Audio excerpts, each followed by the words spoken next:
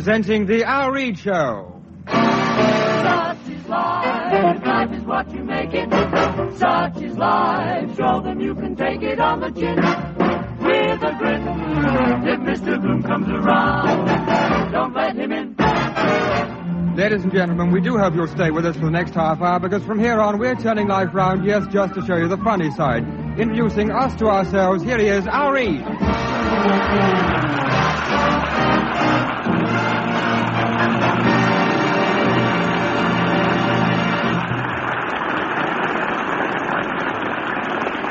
Well, things get no better, do I say things are just as bad. I mean, take food. We all know the way to a man's heart is through his stomach. Feed the brute, that's the thing. But as you come down to breakfast in the morning and sit at the table, you've hardly time to reach over with your knife, and what do you get? I hope you know that's all the butter we've got.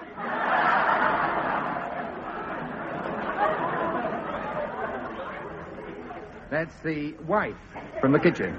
How do you mean, love? Where you got that butter pot, you'd think we kept a dairy.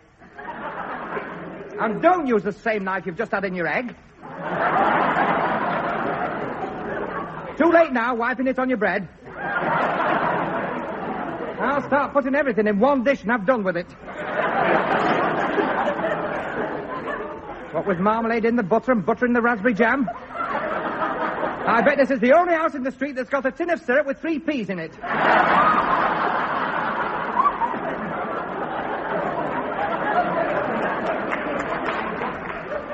all right saying it saves washing up.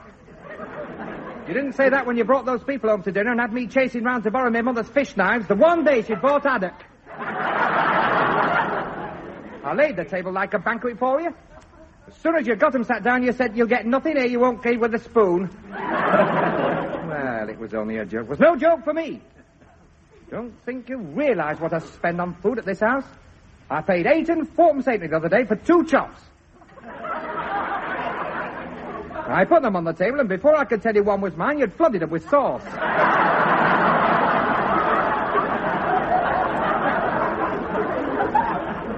Then to top it all, you went and ate the middle out of both of them and pushed your plate away and whistled for the dog.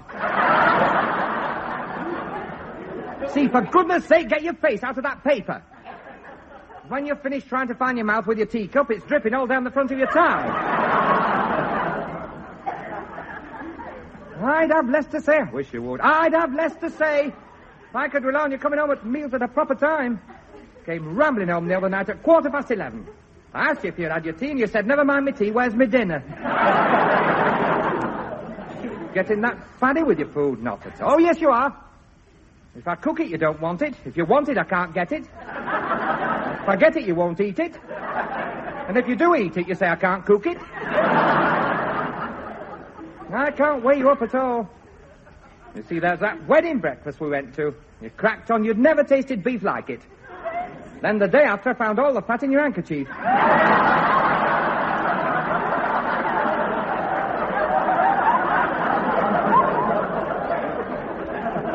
It was just as bad when you tried that stunt for dieting. Nothing but bananas and milk for a month. You tried it for 1 day. Then you had me up at 3 o'clock in the morning cooking chips.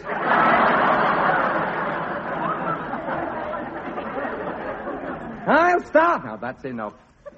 Well, have you finished? Well, have you done? Well, oh, go to... I say. What? You've not kissed me.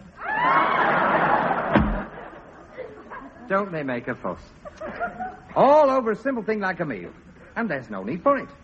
Nowadays, the modern way to eat is to get all your meals in a self-service cafeteria.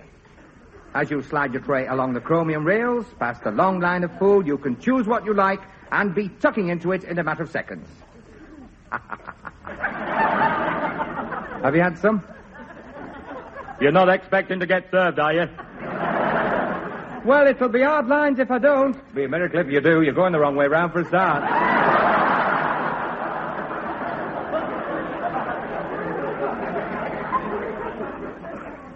Well, I only want a quick lunch. I wouldn't depend on it. By the time your turn comes, you want bed and breakfast. You You've only got to look at that postman arguing with that girl at the cash desk. I bet he's not moved 10 yards in 3/4 of an hour. He's had pie and chips on and off his tray till he's dizzy. They farmed him off with a sweet he doesn't want. And I know for a fact he's only come to deliver a parcel. Well, it's worth waiting if the food's good. Are you bothered with wind? No, you will be. I'll swear they make that cottage pie with bricks and mortar. And hey, don't let anybody see you looking at that menu. They'll laugh at you. They've had the pencil through that roast lamb that often, the machine that prints it crosses it off at the same time.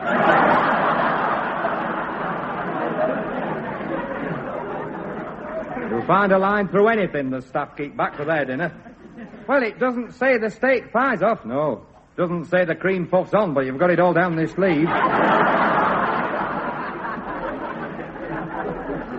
And the way these women come round whipping the pots away, put you off your stroke. I only spread my meal on the table and wait to hang me out up. When I turned round, she'd scraped it all into a tin and said, "What's up, didn't you like it?" Hello, we're moving. Have you got your knife and fork? No, what shall I do? Well, there's only one thing you can do. You'll have to go round again.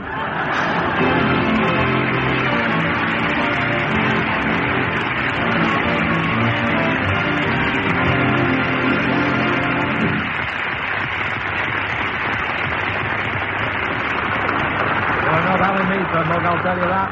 I said they're not having me for a mug, I'll tell you that. They're not that. If he knew what was going on behind his back, he'd turn in his grave. He would that, Ron. Telling me there was no money. No money. No money. Chip shop like they had 2 pans, ding-dong, frying every night. 3 serving and 2 battering and no money. I said, you can dye that fur coat sky blue pink. We still know who it belonged to. I said, I'm not having her coming round here lardy-dyeing it. I said, I'm not having that. I've not forgotten her yet. Ordering lilies a fortnight before. I thought, right, monkey.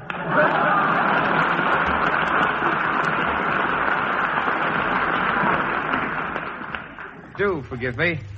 I'm afraid that was getting a bit complicated. But then, life is complicated, and especially when it comes to sorting out the family possessions. They say you can't take it with you.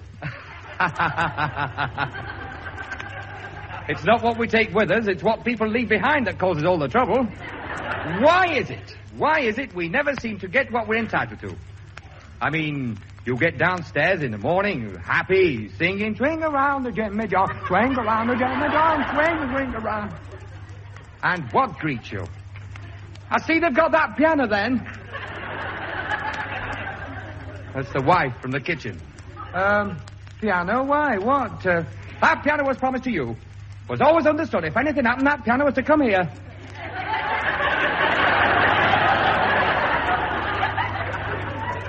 I nearly went stark raving mad when I saw it in their front room. And that kid does it no good. He took a lump out of it with his roller skates while I was there. Well, let him have it. Let him have it. You make me sick. There was that mahogany dining table with a polished top. That should have been yours, but no. You left it, and when I got you to go round for it, you'd torn it up and made a dog kennel. Well, I got 3 of the legs. Like I said at the time, everything should have been sold and shared. And she's no right to be wearing that ring, you know. Might well never come near. It's not for what it's worth, it's a nasty way it's been done. I knew she was up to no good when she knitted that bed jacket.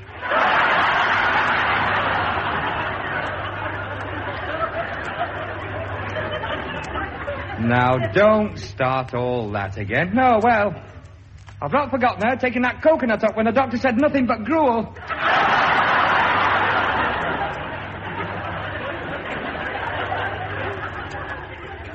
Now, be very careful what you say. Fat lot we got, I know that. You see, you spent pounds on that marble clock and it never went until you dropped it.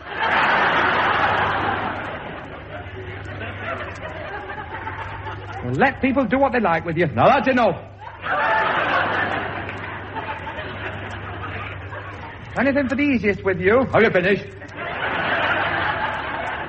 Want a bomb on you at times? Have you done?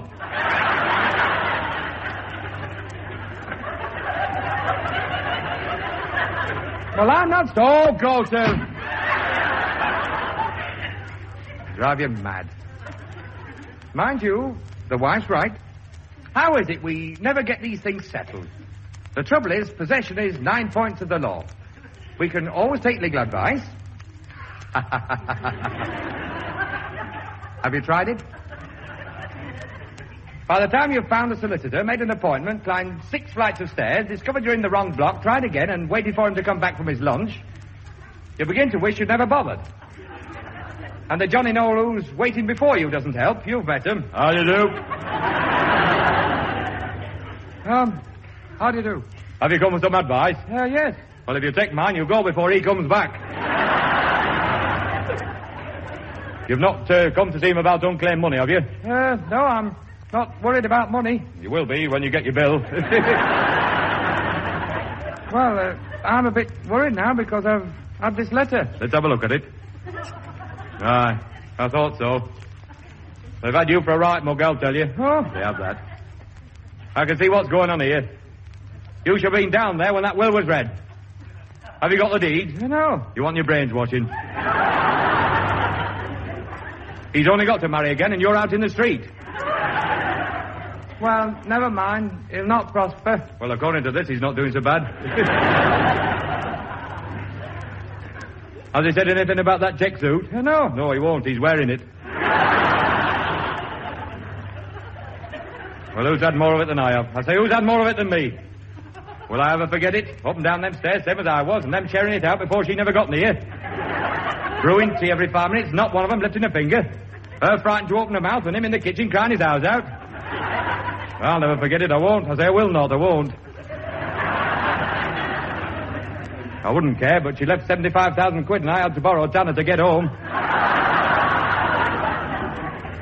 Well, I don't know what to do now. You see, they've got 3 parts of my furniture. Well, there's only one thing you can do.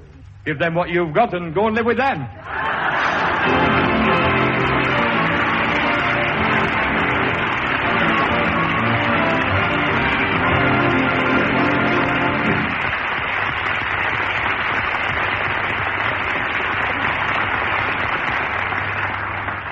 Early to bed, early to rise, and it's vital that we should all get a good night's sleep. But as daylight comes in through the window and you roll over and decide to have another 5 minutes, what do you get? If you're waiting for me to light that fire, you'll be there till dinner time. That's the wife from the bedclothes. Why? What time is it, love? You'd lie there all morning if I didn't make a move.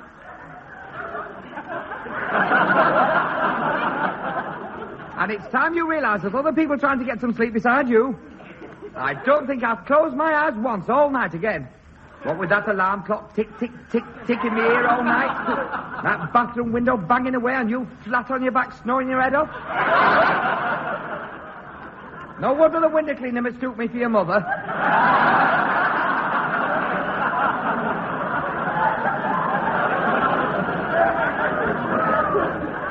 Well, it's a new man on.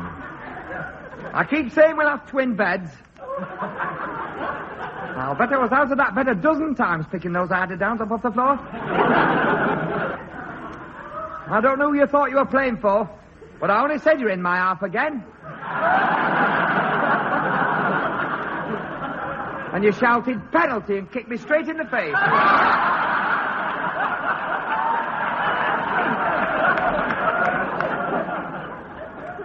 There's something wrong with you.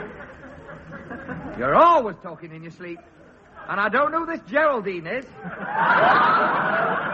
wasn't half leading your dance at 4:15 this morning. Oh, it's just a book I'm reading. I don't know what's come over you lately. I don't. You see, you scared me to death the other night when I thought you were sleepwalking. I watched you going out of the room with your arms stretched out in front of you. It was only when you came back and said that's better I realised you'd been for a drink of water.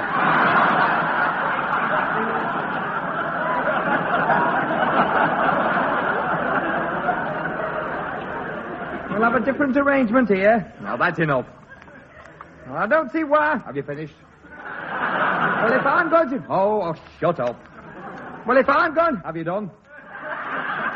No wonder I've got rings round my... Oh, go to bed. Don't they make a fuss?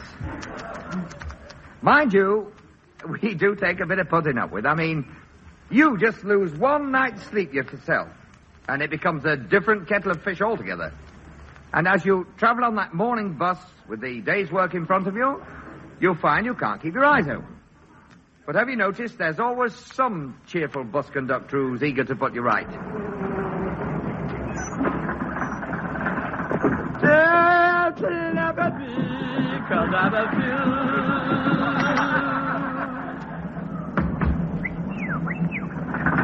No one seems to care.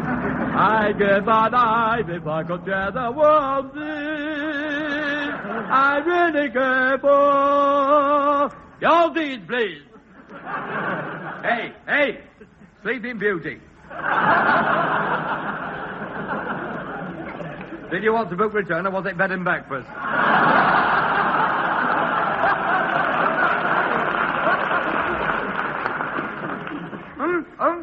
Oh, I'm sorry. Are we nearly there? Nearly there. We're halfway back. I thought you'd snuffed it.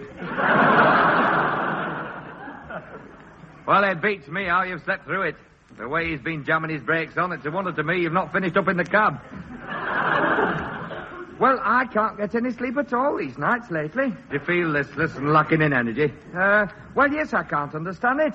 I always have a cup of that Vitamilk before I go to bed. Well, that's it then. You've been reading those adverts about deep sleep coming in 3 layers. I thought it was supposed to bring on restful slumber. You'd have thought so if you'd seen what it did to our cat. One sip of it and it flew straight up the wall.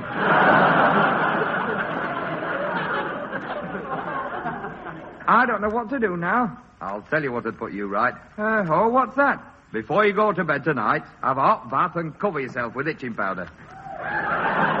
Well, will that make me go to sleep? No, but it'll keep you busy while you're awake.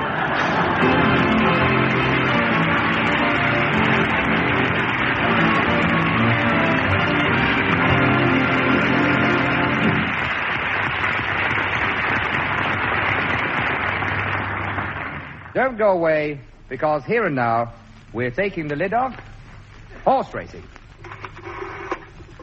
See, open that paper at the racing page and give it me in my other hand. I'll get it straight with this bookie once and for all. Hello? Yes, it's me again. I just wanted to check before they off. That's 2 Bob Pedlar's Joy in the 3:30 instead of the one you said was scratched. And a shilling each way double, Lazarus II, providing Figot's riding and doesn't wear blinkers. Yes. Just a minute.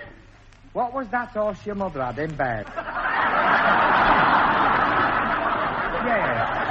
Yes. When she had that dream and woke up. No, not flaming idle. That's what you call your father. No. Did so well on its last time out. Came in 12th but had a cough. Just a minute. No, we've another half-crown yet. I hope you've doubled it with that we're having on the 4:15 or the 1:45 and trebled it both ways up and down for a win on Pompadour. Pompadour. No, Pompadour. In the 4:15, yes. Only we've got 3 bob on that and he's carrying overweight. Only I see from the paper the jockey's very confident. A cocky what? Oh, yes. Well, the owner's backing him. But I'm a bit doubtful about the trainer. Pardon? Just a minute. He says, would you like a word with the horse?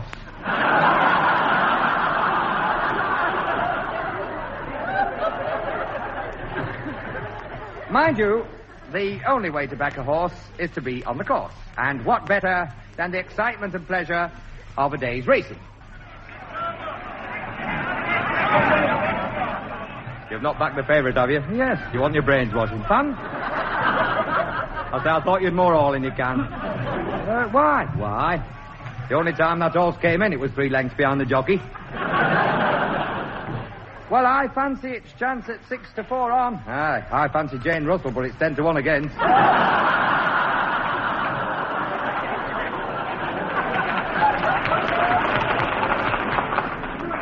What chance have you? That's what I'd like to know. I say, what chance have you with this lot? They're shouting 2-1 Jelly Boy over here. This fella's offering 4s. According to the paper, it's not running. It's walked round the paddock till it's dizzy, and there's 2 jockeys fighting to get on. Oh, well, I'll play safe and back on the tote. I'd think twice about that if I were you. You've never seen such a pantomime. I queued up 25 minutes just to put 10 bob on 3 horses. I told her what I wanted. 4 wins, number 5. 3 times number 6 for a place. Reverse twice. Finished up with a fistful of tickets, all colours. I went to collect. I turned my pockets out twice to find the right ticket. And just because one horse was disqualified, she said I owed him $1. I wouldn't care, but the fella behind me drew £64 9 3 on a cloakroom ticket.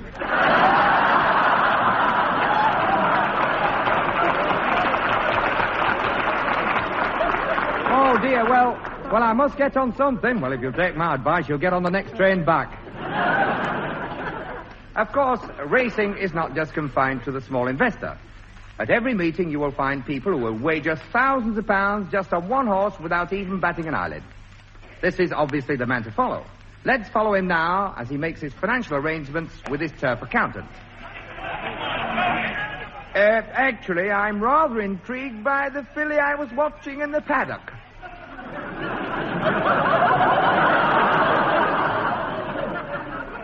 She was stroking a horse at the time.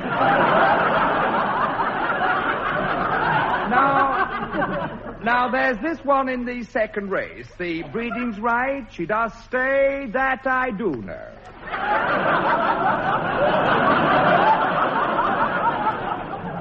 That's worth another 10,000.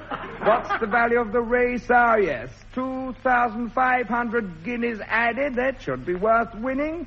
I'll just have 6pence each way. Of course, the key man in all horse racing is the trainer, and especially when it comes to steeplechasing.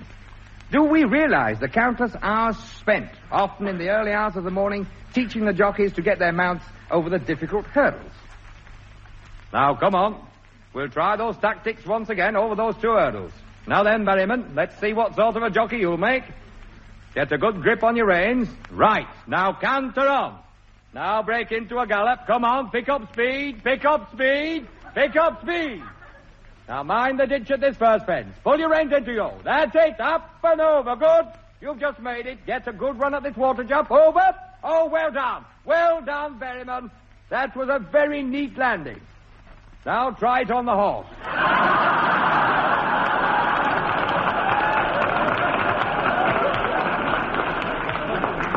But when all's said and done, the only thing that matters in racing is to get your horse past the finishing post in front of the others.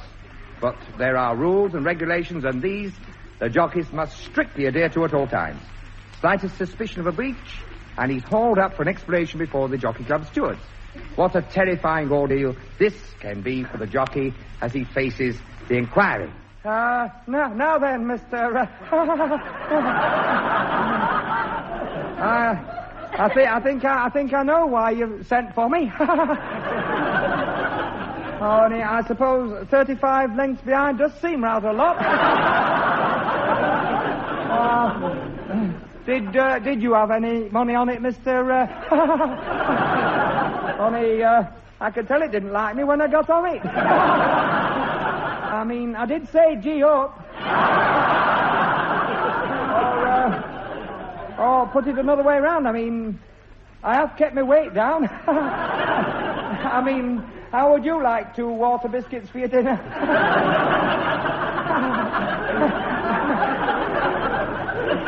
Shall I apply for my trainer's license? But it's always interesting to find out how the other chap's gone on. This is done by asking one stock question. Did you back it? Did I back it? Are you kidding? What, at 25 to 1, did I back it? Billy Nevitt up an 8 stone 9, and did I back it? Did I back it? A kid of 8 would have backed it. Over that distance, did I back it? Did I back it? Are you kidding? What, at 25 to 1, did I back it? Stone in half in hand, and did I back it? Billy Nevitt licked a quarter of a mile, and did I back it? A kid of 8 would have backed it. Over that distance, did I back it? Did I back it? No, but I didn't half fancy it. Such is life. Life is what you make it. Such is life. Show them you can take it on the chin with a grin when Mr. Gloom comes along. Don't let him in. Nice that way. Today you're feeling happy, but tomorrow joy may turn to strife. One thing I found out, there's nothing you can do about it. Such is life.